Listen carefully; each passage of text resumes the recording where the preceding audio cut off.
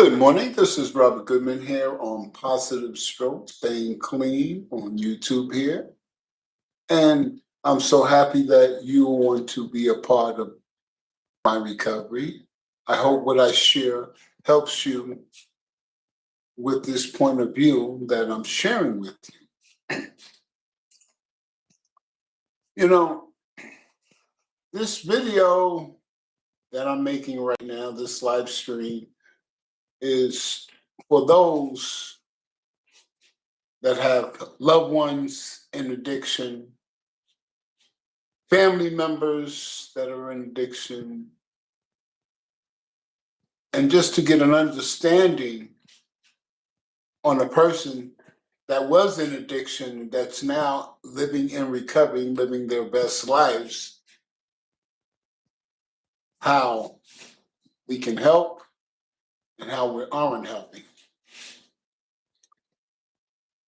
The first thing is that when you have a person that is in addiction, when they're reaching out to you for resources to help them, where they come to you in this dramatic situation where they put themselves into because of their act of addiction, I want you to know that you're talking to the disease of addiction. You're not talking to the person, you're talking to the disease of addiction. This disease is telling you, I need some more. And if I don't get more, I will die. But that's not the person who is in active addiction. That's the disease talking. I understand that you care for someone, you love someone, then they're in this active addiction and you want to get them out of this, that you know that you can help. But here's the thing. That person you want to help, you first have to make that the addiction that you're talking to be very uncomfortable. Uncomfortable to live in the condition that they're in.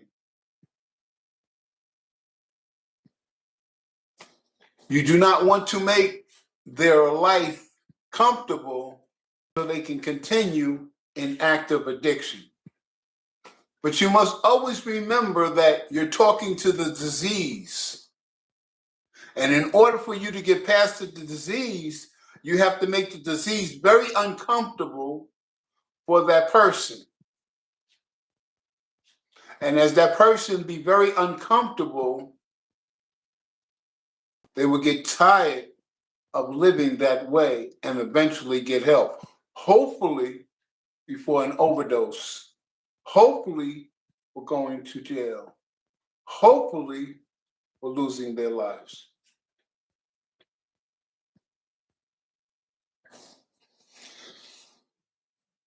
When I wanted to change,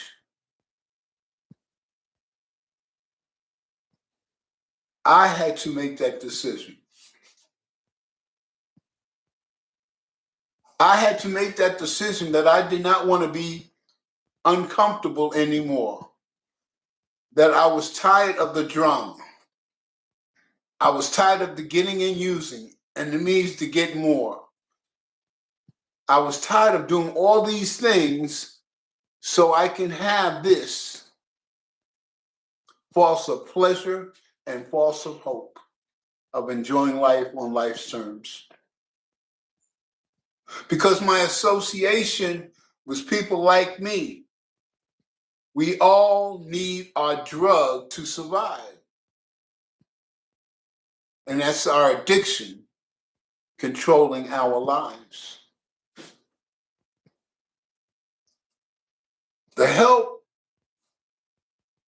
that resonated with me was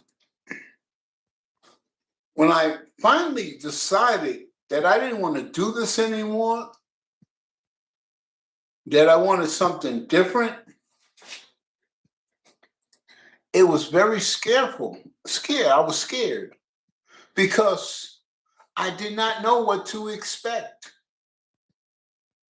I'm going down a road that I have no idea where it's going to lead me. I have no idea of how much pain and remorse this is going to give me.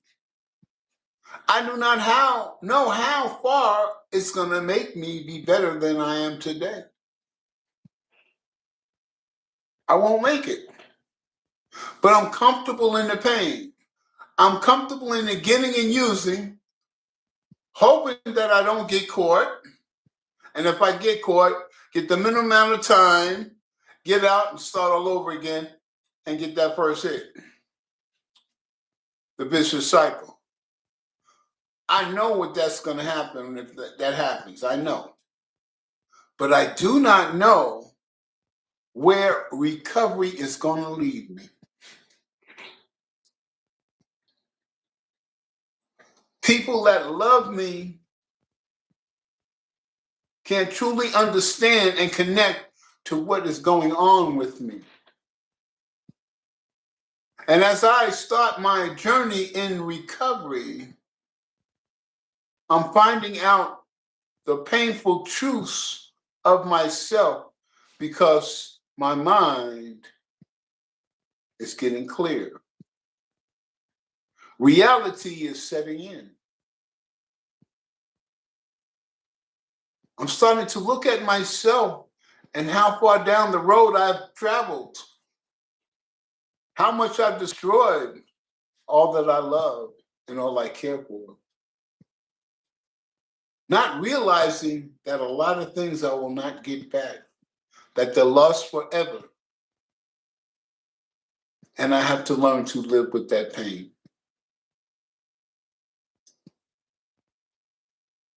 But loved ones don't understand. But when I'm listening to people like me, going through experiences like me and share their truths, I feel connected. I understand their pain. I know where they're coming from. They're like me, broken. And we're both trying to find our way to make our lives better. I'm not alone. And the things that they share allows me not to be shameful of mine. It allows me to share my pain. And as I share my pain, I realize there are people that are listening, truly listening. And after I share my pain, I get that hug. I understand. Wow, we could do this. You help me and I help you. We'll do this together. The bond is built. The connection is built.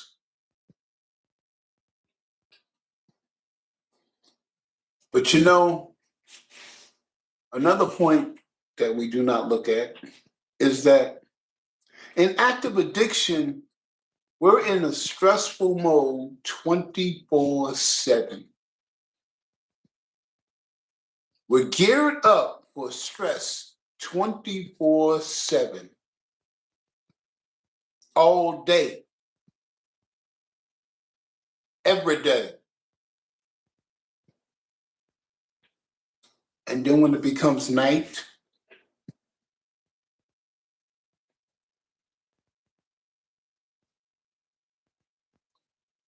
some of us will take a hit and the quietness and the loneliness will set in. And the tears will run down your eyes.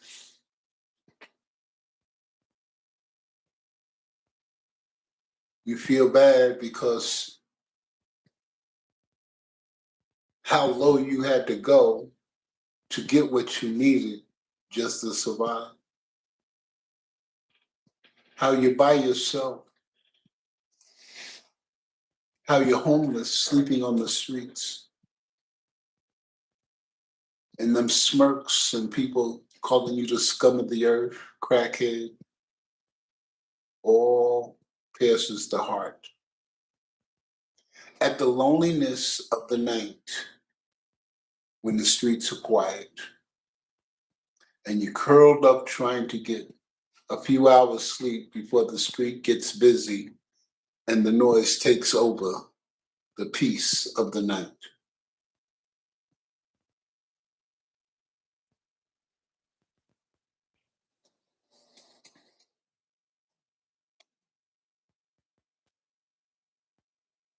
Every morning when I was homeless and I would wake up, I would have to motivate myself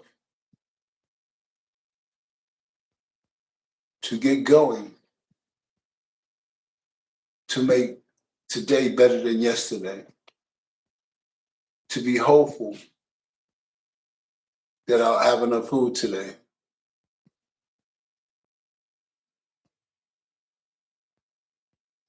Be hopeful that I have my dope so I can hide away the pain of what addiction did to me and where I'm at today. Where my brain won't constantly play over all the bad things that happened to me, that keeps living rent-free in my head, keeps feeling worse each time it comes back. Asking myself, why me?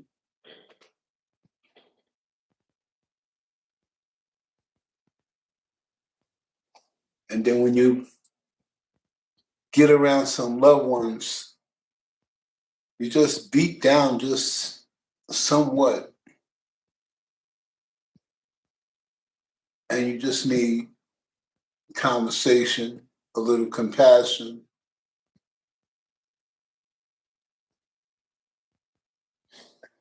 But what do you want now? Oh, you can't come in, you're gonna steal. You're stuck on them drugs. The humiliation gets slapped back into your face, which causes you to feel you have no hope, that you're not gonna make it, that you're gonna die in your own hell in addiction. And slowly you give up on yourself behind the stigma, the disrespect that people give you because you're homeless. You start to believe what they say because there's no relief in sight. And you give up hope.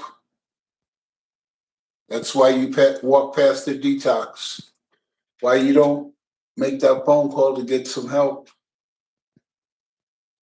because you've given up on yourself. That's what addiction does. I want you to know. You have an understanding. But on the flip side, if you say this to someone that you love, you don't have to live like this. And I will not make your life comfortable for you to live like this. I love the person, not the addiction. I love the person, but not the addiction. I will not allow the addiction to win. I love you that much to make it comfortable for you in your addiction.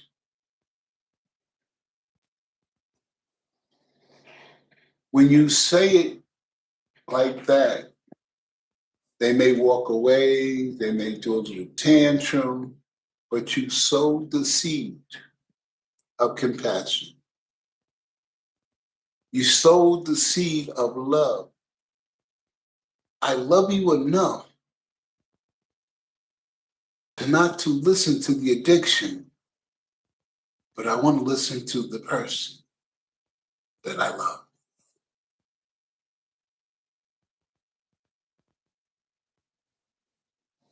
It may be a tearful moment where that person may realize there is hope. And once they step into detox, they have an opportunity to grab that hope.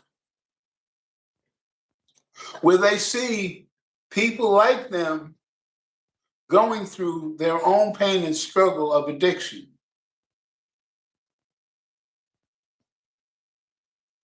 Where they may hear something about a struggle of a person in addiction trying to get recovery, may save their lives, may change their behavior, because recovery is talking to the person, not the addiction. Recovery is talking to the person, not the addiction. And the more recovery talks to the person, the stronger the person gets, which overpowers the addiction, which gives a person a chance at a new life, a new way of walking, and a new way of talking.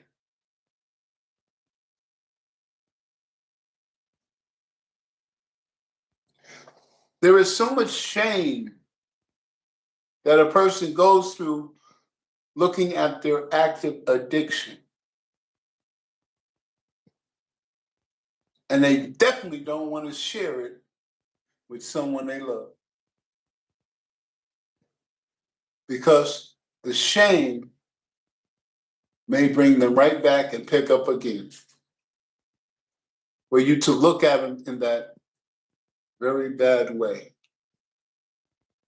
But when they share their pain, their things that they've done in their addiction to other recovering addicts, trying to get the program of recovery they feel a part of, because when you listen to some of the stories, I guarantee you they're going to be worse than yours. You're going to feel that connection. I remember that I heard some stories from women and men that brought tears to my eyes, that I truly connected with them by their story in addiction. One of the person's stories scared me to death, which made me want recovery more, which made me want to do more research on recovery.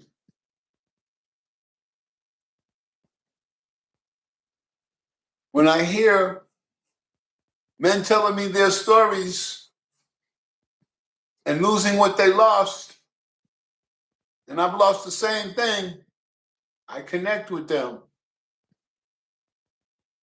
We know we're not getting it back. We know. But recovery teaches us to live with the choices we made in our addiction. Recovery taught us how to live with the choices we made in our addiction.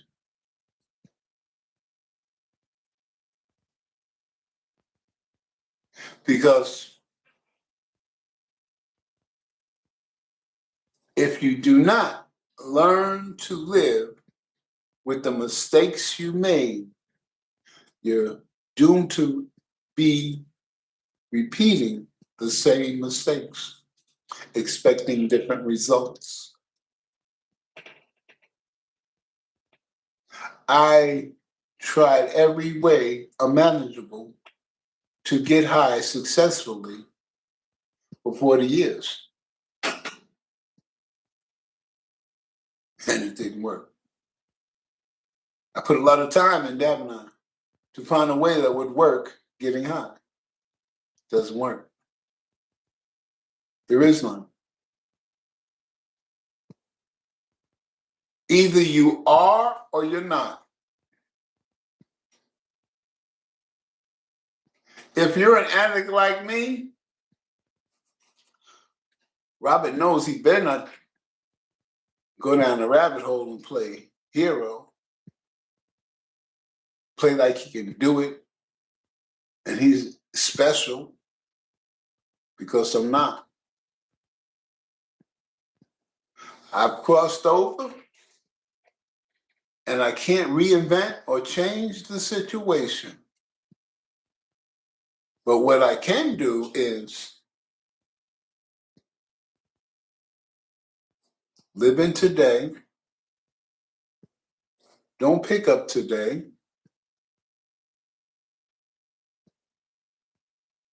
Learn. Accept my faults.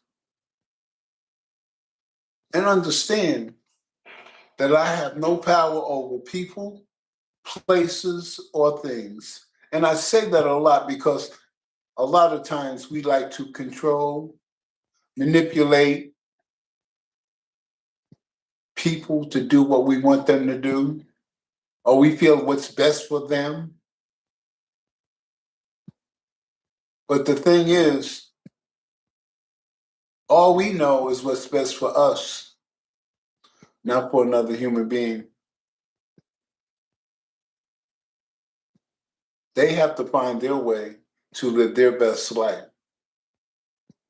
Now, as far as following laws, they're out there. You know what you should and should not do. And if you do, these are things that will happen. But finding your best way to live your life with true blessings, that means you have to find a way what works for you. You have to learn to make good choices. You have to decide what's good for you. And you have to be good on the inside with it. Because if you're good on the inside with it, it's going to blossom to something beautiful on the outside.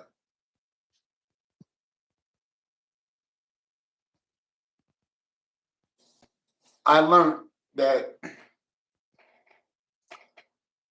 things are changing, life changes, and we, as people, we're stubborn. We like things a certain way, so we work hard to keep it a certain way. But in reality is that we need to be versatile, changing our behavior, our actions, and our deeds. Learn from our mistakes, move forward.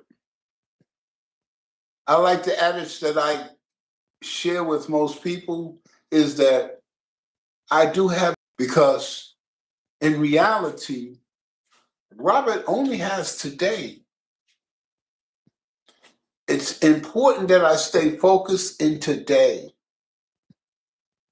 Today, I choose to stay clean and sober. So I take the steps today to stay clean and sober. I choose to make the steps to make myself better today than yesterday. Because it's important that I work in today.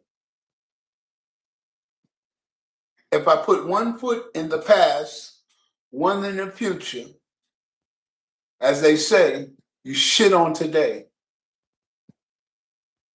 I choose not to. I choose to keep my focus on today. And as I stay clean and sober today, it adds to days, weeks, months, years. But as long as I keep my focus on today, I don't make myself feel that I'm special because I got 10 years. I keep it in today.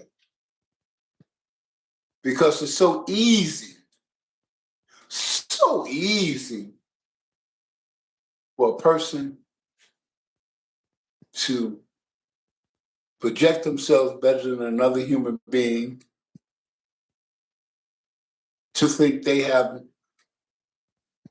the whole addiction and recovery system panned out, that your way is the best way, that if you do it everything my way, everything's going to work. Everything's going to come out perfect, which is untrue. We only can work recovery for ourselves. A person gets clean and sober because they choose to get clean and sober.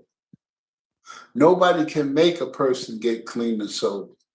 But those who love them can do one great thing. Tell addiction, I will not make your life comfortable because I love the person that you have taken over. I will not allow you, addiction, to use the person I love to get your drugs to make your life comfortable. I love that person. And addiction, I'm not going to allow you to do that to my people anymore.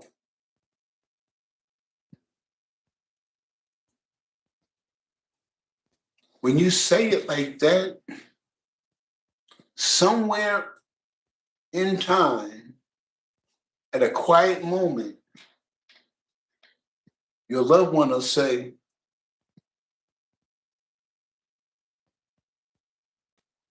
they want me, they're telling me, they're standing there for me. I'm gonna try this. I'm gonna go get help. Because in the back of their mind, they know someone loves them and cares about their welfare, honestly. And they may say, I want to change my behavior. My name is Robert, and I'm an addict, and I need some help. And from that moment on, there's a great chance that the person you love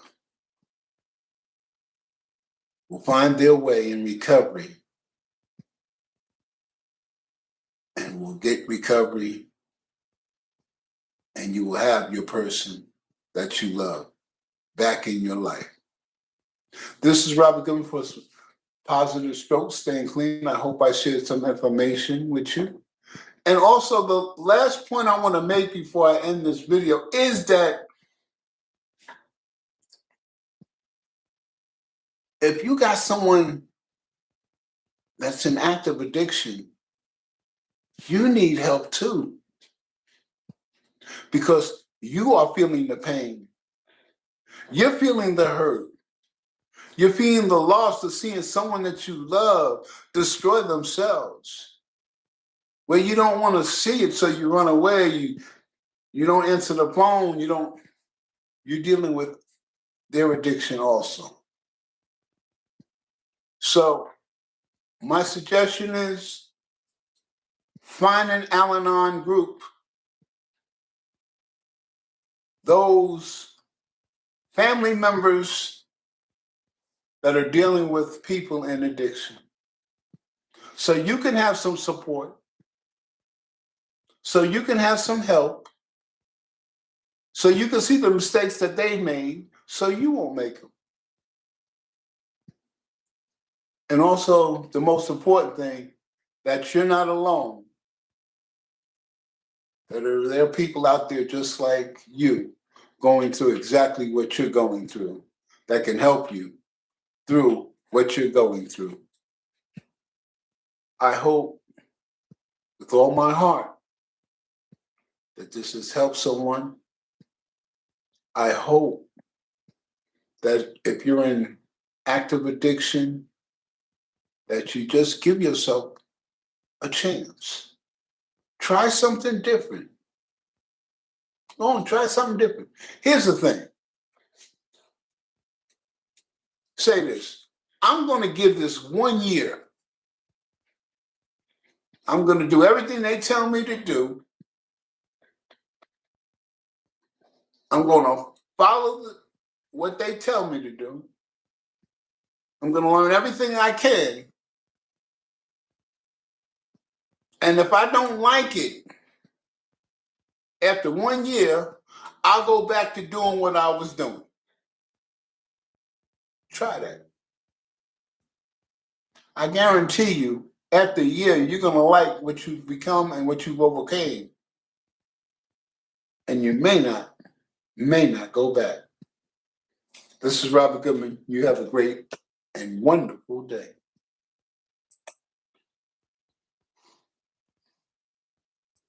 Oh, I just remembered.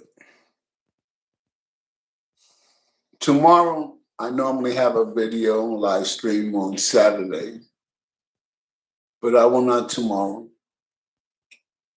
There's some things that I need to address that needs my immediate attention. But Sunday morning, I will make up for Saturday. So you won't see me tomorrow, but you will see me Sunday. I hope you tune in because Sunday's live video is going to be live. You have a great and wonderful day.